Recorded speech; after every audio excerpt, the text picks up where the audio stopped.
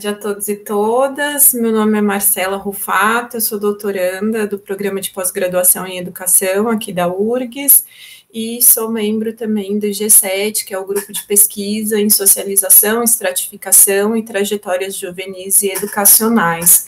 Bom, sou eu que vou mediar as nossas atividades e o nosso diálogo hoje, né, que é a última live da nossa série Pesquisar e Divulgar a partir da Sociologia da Educação, diálogos com pesquisadores do G7.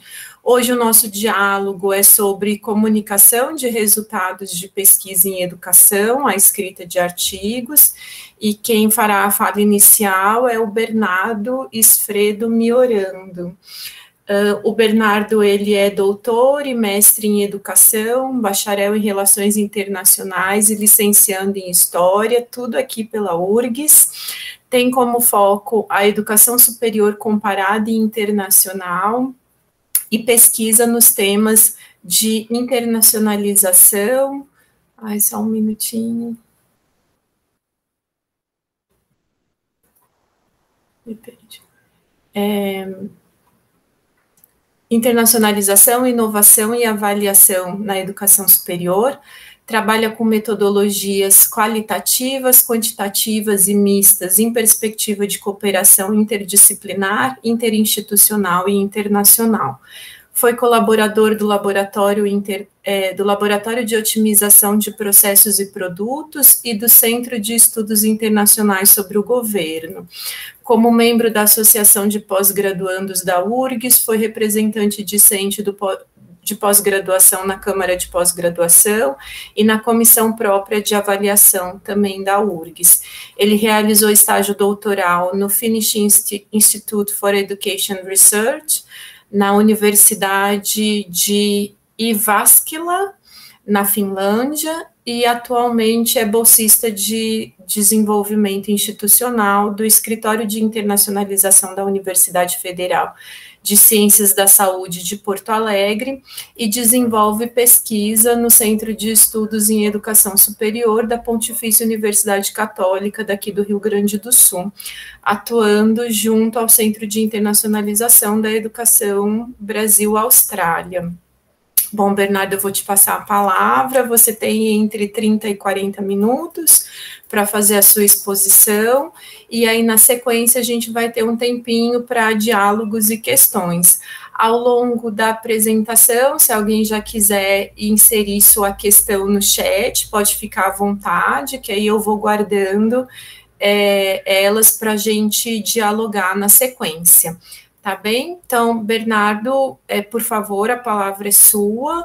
Só você gostaria que eu te avisasse, faltando quando completar 30 minutos, ou você controla seu tempo? Se puderes avisar, é melhor. Te agradeço. Tá bem.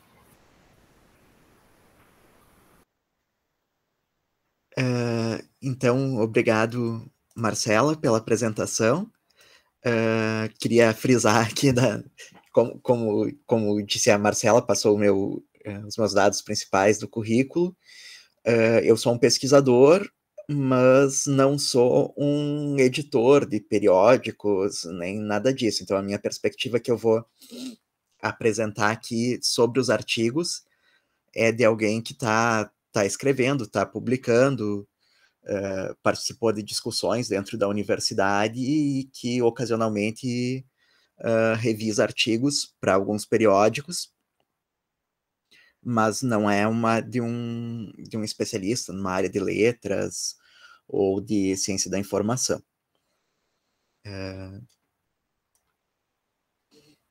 O tema que eu vou tratar, então, é a comunicação de resultados de pesquisa em educação a partir da escrita de artigos, e eu vou procurar também dar um panorama geral e contextualizar para o nosso cenário, né, da área de educação. E aí, a partir disso, a gente pode dialogar mais ao final sobre particularidades ou diferenças, outras possibilidades.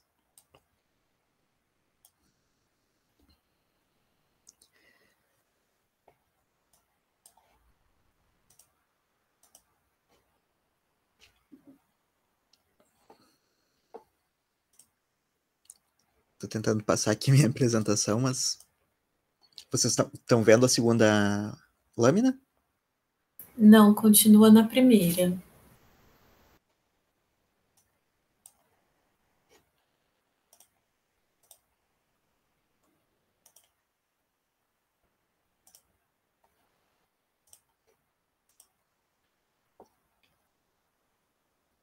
Tentar reiniciar aqui a apresentação. E Agora vamos lá. sim. Então, a estrutura básica da minha apresentação hoje é a contextualização do artigo como um gênero textual, o detalhamento das seções clássicas de um artigo e uma observação breve final sobre a publicação dos artigos.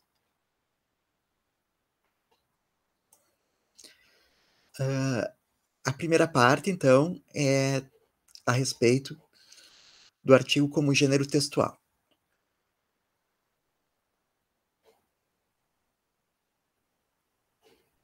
Estou tendo um pequeno lag.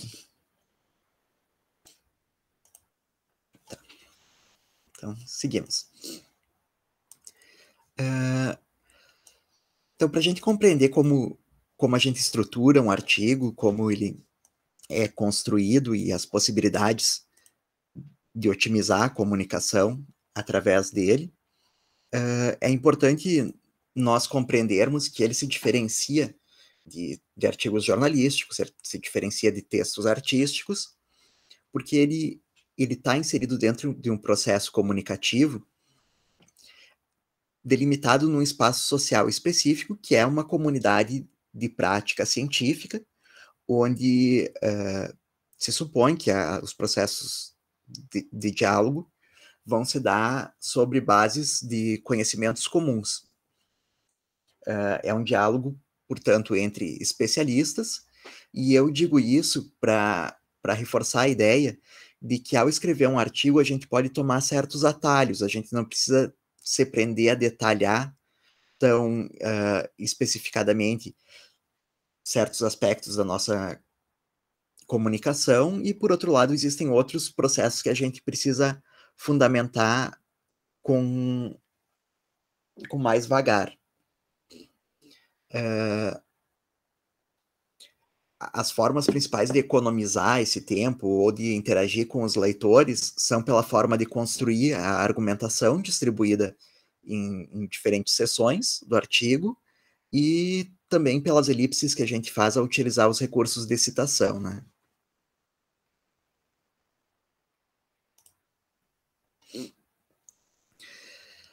Ainda contextualizando o artigo científico, a gente pode situar eles dentro do veículo em que eles são publicados e comunicados com o público maior, que é o periódico científico, e delimitar ainda pelo tipo de produção que se encontra dentro desses periódicos. Esses periódicos, dependendo da sua política editorial, eles podem incluir a publicação de resenhas, de livros, de relatos de experiência, de entrevistas, de memoriais, de propostas, que na área da educação seriam propostas didáticas, entre outros documentos que pode ser do interesse da equipe editorial levar ao conhecimento da sua audiência, como documentos de políticas, recuperação de documentos históricos para serem publicados, manifestos. Agora, quando a gente se refere ao artigo científico, em geral, ele vai se enquadrar dentro de 3 categorias principais. Ele vai ser ou um ensaio, um debate teórico, uma proposição, uma revisão de literatura que consolida aquilo que foi dito sobre um tema num determinado intervalo de tempo, e normalmente dentro de uma disciplina, delimitando também o escopo entre os veículos de publicação que foram revisados, ou, mais geralmente, a apresentação, a comunicação à comunidade de resultados de uma pesquisa empírica.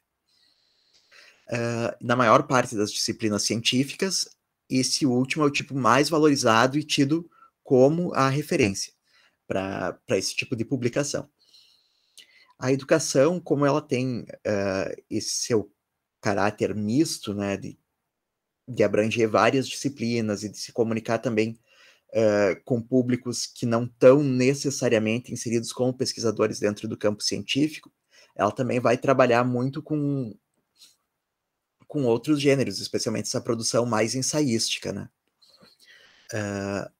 Mas a fala que eu vou apresentar é mais centrada na estrutura de um artigo científico resultante de pesquisa em campo empírico, porque é o formato um pouco mais complexo e também aquele que é mais tomado como padrão quando a gente vai fazer uma discussão sobre publicação científica. Então, vou falar um pouquinho sobre a estrutura desse tipo de artigo. Ao apresentar o artigo, seja para a revista que vai encaminhar para os seus editores, e os editores, então, vão encaminhar para o seu corpo de revisores, a gente vai informar alguns dados básicos de identificação desse artigo.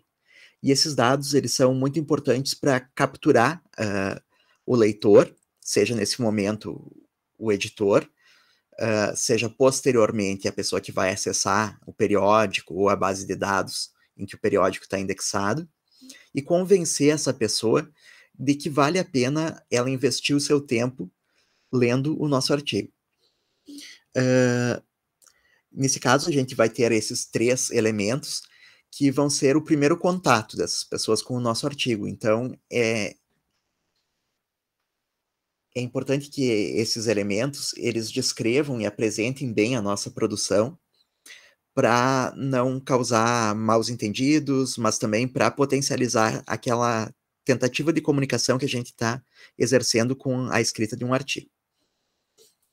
Então, os títulos, eles normalmente têm uma extensão variável entre os diferentes periódicos. Alguns periódicos restringem bastante, outros deixam mais livre, mas ele é o espaço onde a gente vai comunicar de forma concisa e atrativa a informação que o artigo acrescenta à comunidade.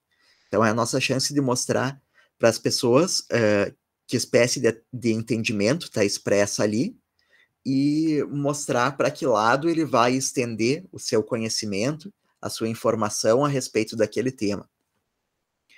Depois nós temos também o resumo, que vai girar, via de regra, em torno de 250 palavras de extensão, e ele vai descrever os fundamentos da pesquisa, que depois eu vou detalhar também ali ao tratar das seções do artigo, e os seus resultados gerais. Aqui existe uma percepção de quem trabalha comparativamente resumos que são produzidos no Brasil e fora, e especialmente na área de educação, de que os nossos resumos, eles utilizam bastante da sua extensão em introduzir o tema. Então, nós temos lá 1, 2, 3 frases que introduzem a temática, e os resultados do artigo, da pesquisa, são sinalizados, em geral, de forma vaga e muito breve, enquanto padrões utilizados em outros setores da comunidade internacional tendem a estabelecer mais foco nos resultados gerais. E, às vezes, até com algum detalhezinho, apresentando algumas categorias dos resultados. Então, esse é um ponto de atenção que eu queria trazer aqui para a gente investir, porque apresentar uma ideia dos nossos resultados não é uma coisa assim que vai estragar a surpresa do leitor, mas é algo que vai motivar ele a interagir com a nossa produção textual. E depois nós temos também as palavras-chave, que geralmente vão ficar entre 3 a 5, e elas servem para situar esse artigo num corpo de conhecimento maior. Então, aqui, as palavras-chave, elas vão servir como interface, né, entre autores e audiência, e elas podem servir, assim, tanto para a composição do perfil do autor, da autora, no sentido de que, essas são as palavras-chave com as quais eu costumo trabalhar, eu quero atuar de forma consolidada nesses tópicos.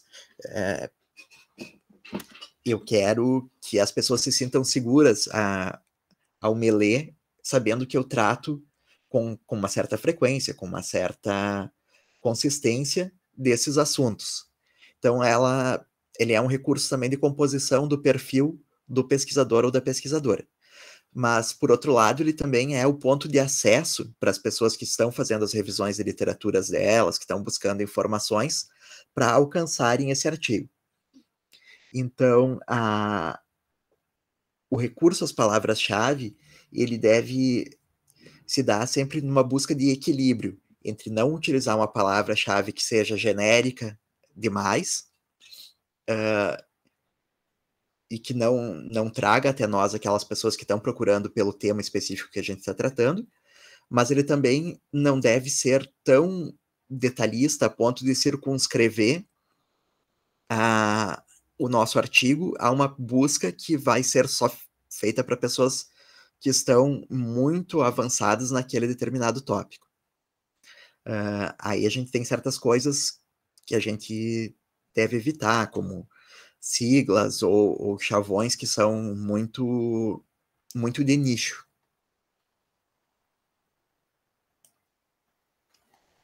Então, passando às seções de um artigo científico.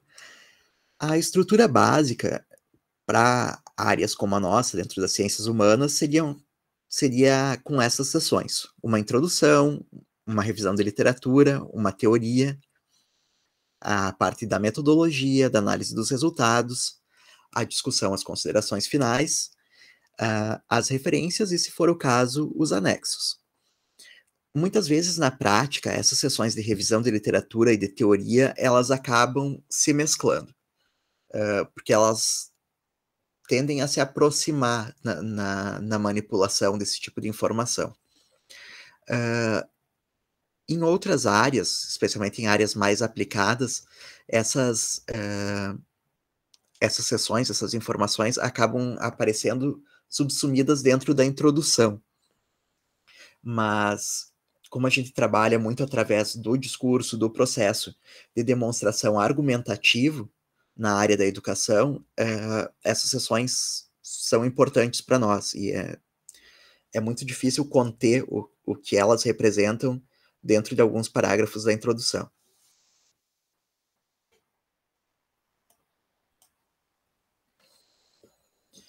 A introdução, ela tem esse caráter mais geral, mais genérico, né? Ela situa o leitor em relação à discussão proposta no artigo, especialmente ao declarar a questão que se busca responder.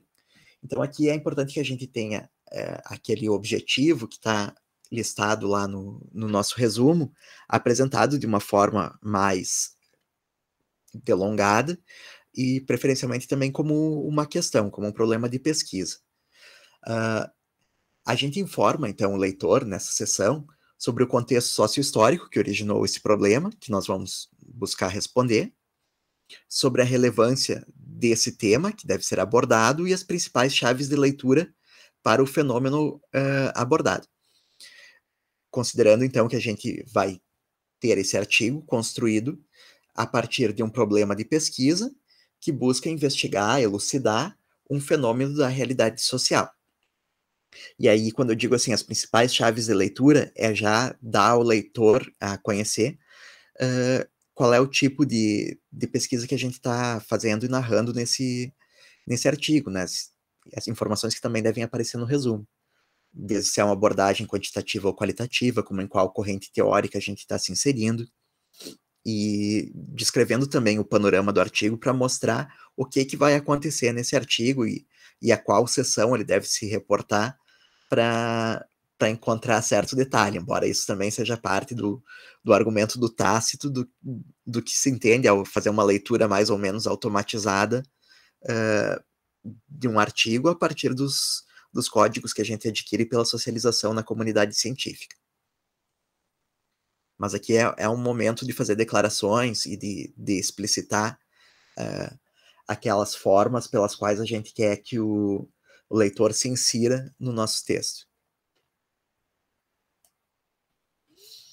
A seguir, a gente vai desenhar uma breve revisão de literatura, articulando os elementos que são relevantes para a temática e que estão presentes na literatura da área.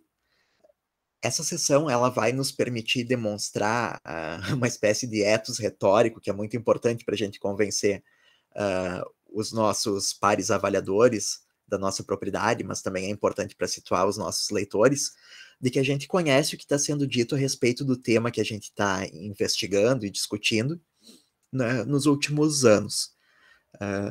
Inclusive indicando certo domínio dos próprios canais de publicação por onde esses temas circulam.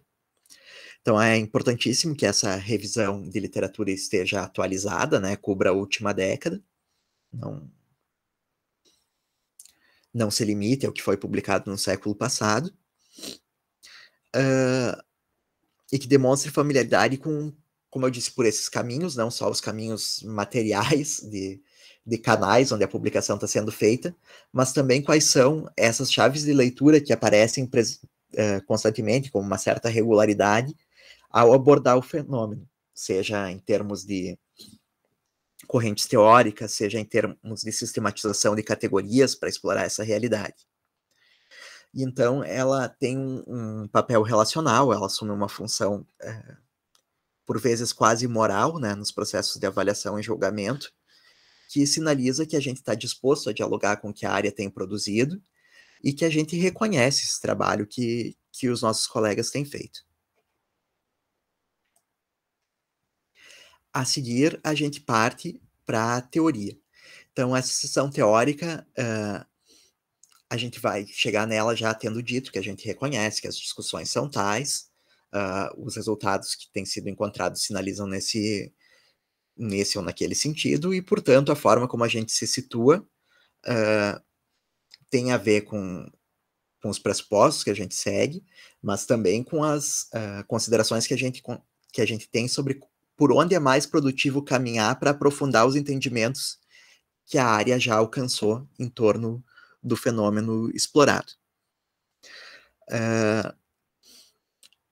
É importante a gente tomar esse cuidado de escrever e reescrever essas sessões, considerando que todos os autores, todos os construtos, todos os conceitos e noções que a gente lança nessa sessão teórica, eles vão ter que ser amarrados depois nas sessões posteriores, sobretudo na análise dos resultados. Então, aqui a gente tem que usar a virtude da parcimônia para não sobrecarregar, né, o texto com muitos conceitos que a gente não vai conseguir tratar em detalhe, conectar com dados da empiria, e também não trazer autores ou proposições que elas entram em conflito porque elas se baseiam em lógicas distintas, né, e também em pressupostos distintos e até mesmo em orientações políticas distintas. Se a gente vai fazer um tal trabalho de operacionalizar esses elementos de conhecimento que, em geral, são encontrados em, não quero dizer campos, mas em espaços opostos dentro de uma disciplina, costumam estar em disputa, a gente tem que ter esse trabalho de promover um encadeamento e mostrar como é que a gente está operacionalizando esses conceitos para que eles possam ser utilizados no mesmo procedimento de análise. E aqui também uma questão que a gente costuma incorrer é o apego, né, aos nossos autores e às palavras deles e aos seus esquemas. A gente costuma usar bastante o recurso a uma citação direta longa, e isso é um recurso que num artigo científico é melhor evitar. Por um lado, porque o espaço é restrito, né? A gente não tem tantas palavras, tantos caracteres para usar. Então, a gente tem que ir direto ao ponto. E, por outro, porque esses autores já deram essa contribuição, a gente respeita eles, então agora a gente se encarrega de dar a nossa, não ficar repisando as palavras deles, reutilizando, e às vezes trechos que a comunidade já tem bastante conhecida, já é bastante assentada e absorvida, e e que simplesmente repetir não vai contribuir. Seguimos então para a metodologia, que também deve estar coerente, né, com a proposta teórica, e também deve ter alguma relação com aquilo que a gente percebeu da revisão de literatura, e que é também considerada uma sessão crucial, porque ela vai estar nos dando o fundamento, a fundamentação para aquilo que a gente está argumentando, para aquilo que a gente está dizendo, e para tornar o nosso argumento crível, né? Então, é ela que detalha a heurística da pesquisa, e essa heurística é a chave do que nos faz pesquisadores e pessoas que têm algo a dizer com coerência e com consequência sobre um determinado assunto. Então, aqui a gente tem que detalhar como é que a gente pegou um determinado recorte da realidade, como é que representou esse recorte da realidade, e como é que, a partir dessa representação, a gente interpretou e tirou uma determinada conclusão. Então, aqui a gente detalha quais são as fontes utilizadas, qual tratamento foi dado a essas fontes para produzir dados, né, ou seja, codificar uma realidade que é complexa, social, numa representação que é limitada e que vai tratar de uma categoria e que vai compor uma variável, e depois o processamento dos dados para alcançar os resultados, seja ele a partir de uma abordagem quantitativa ou qualitativa. E conforme a gente vai construindo a nossa argumentação ao longo do artigo, de modo geral, essa é a última sessão em que novas obras vão ser citadas, né? Então, a partir da metodologia, não devem aparecer autores novos, porque a trama básica da argumentação já foi deitada.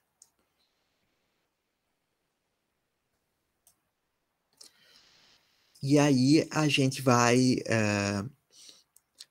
passar a exposição com análise dos resultados. Essa é a parte a parte central, né, do artigo. É ela que expressa aquilo que a gente descobriu e que a gente quer contar para os nossos colegas. Então, é também uma parte que deve ser descrita de uma forma bastante compreensível, em que os assuntos devem ter um encadeamento lógico, e que a gente não deve misturar as partes em que a gente está expondo os resultados para uma determinada variável ou para uma determinada categoria. Então, esgotamos uma, passamos para outra, e ao final nós estabelecemos as conexões. A análise dos resultados, então, ela vai estar fundamentada na teoria e na metodologia apresentadas, portanto, os autores que a gente associa à interpretação dos resultados são aqueles que apareceram antes, a gente não adiciona novos. E aqui a gente pode estabelecer relações com aqueles resultados de outras pesquisas que nós tratamos na sessão de revisão de literatura. E aqui a gente vai fazer esse jogo dizendo que esse resultado que eu encontrei, ele confere com aquilo que os meus colegas em outra pesquisa encontraram, portanto, acho que estamos consolidando conhecimentos nessa área, ou então contrasta e precisamos explorar melhor, né, para ver onde é que radicam essas diferenças e quais as consequências delas. Quando a gente apresenta essas informações, seja expondo os dados que a gente produziu de uma forma quantitativa ou qualitativa, a gente pode usar recursos mais dinâmicos, como quadros, tabelas e gráficos, e aí, nesse caso, a gente não precisa fazer longas frases detalhando os resultados que vieram da interpretação daqueles dados também. Dessa forma, a gente economiza os caracteres, o espaço para discussão, a gente economiza também o tempo do leitor, e a gente trabalha com outras formas de cognição, de representação. Então, é um exercício que vale a pena a gente cuidar.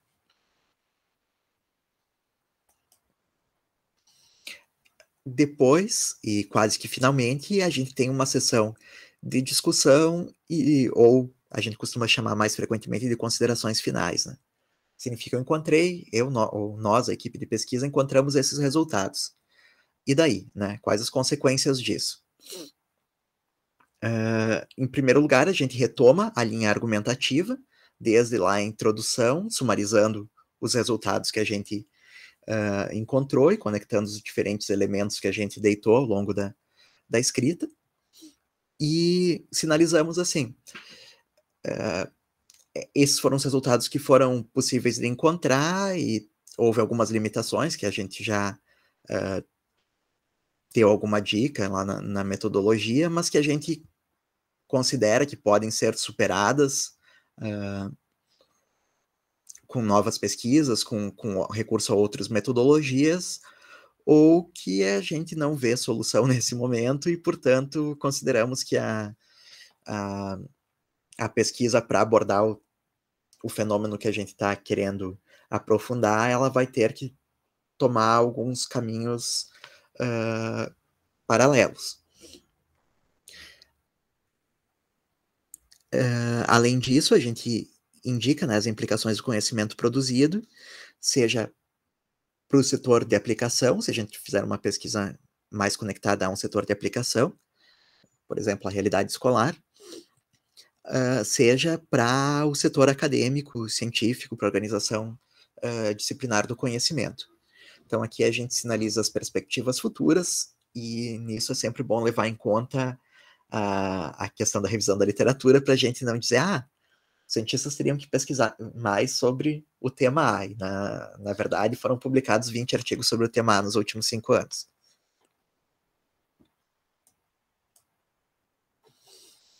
Com relação às referências também, a gente deve considerar que elas não são simplesmente um protocolo, mas elas fazem parte da comunicação que se dá dentro do artigo, e que, através da forma como a gente codifica elas, a gente também está dando aos nossos pares o acesso a outras fontes de conhecimento, e por isso vale ter esse cuidado, né, com a representação da informação, para a gente manter o conhecimento acessível e circulante.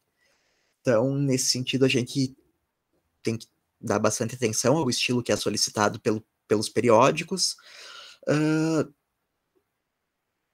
tendo também essa atenção adicional de que, às vezes, os periódicos vão dizer, nosso estilo é a ABNT, ou é APA, ou é, sei lá, Harvard, mas vão ainda indicar algumas alterações nas formas clássicas desses estilos. Às vezes é com relação ao uso de maiúsculas e minúsculas no sobrenome do autor, ou com a sinalização do local da publicação, ou com o tratamento dos links, enumeração de páginas.